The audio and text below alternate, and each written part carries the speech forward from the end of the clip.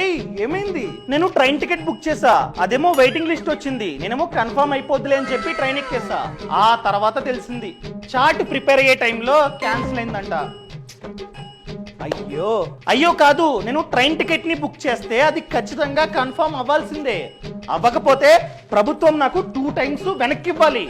అలాంటి సిస్టమ్ తేవాలి ప్రభుత్వం. నేను చెప్పింది చేస్తే ఖచ్చితంగా నీ ట్రైన్ టికెట్ అన్నది కన్ఫర్మ్ అవ్వాల్సిందే.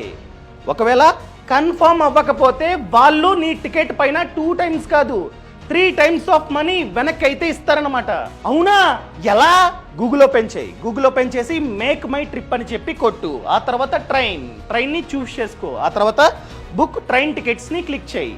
ఇక్కడ ఫ్రమ్ టు డేటు అంతా ఎంటర్ చేయి. అప్పుడు ట్రైన్స్ అన్నది చూపిస్తుంది. ఆ ట్రైన్స్ లో కొన్ని ట్రైన్స్ కి మాత్రం ట్రిప్ గ్యారంటీ అని చెప్పి ఉంటుంది. దాన్ని మాత్రమే క్లిక్ చేయి. క్లిక్ చేసి టికెట్ ని బుక్ చేసుకో. అది ఆర్ఏసీలో ఉన్న వెయిటింగ్ లిస్ట్లో ఉన్న ఖచ్చితంగా చార్ట్ ప్రిపేర్ అయ్యే టైంలో కన్ఫర్మ్ అవుతుంది. కన్ఫర్మ్ అవ్వకపోతే ఎంతైతే కడతావో వాళ్ళకి దానికి 3 టైమ్స్ నీకైతే వెనక్కిస్తారనమాట. సింపుల్.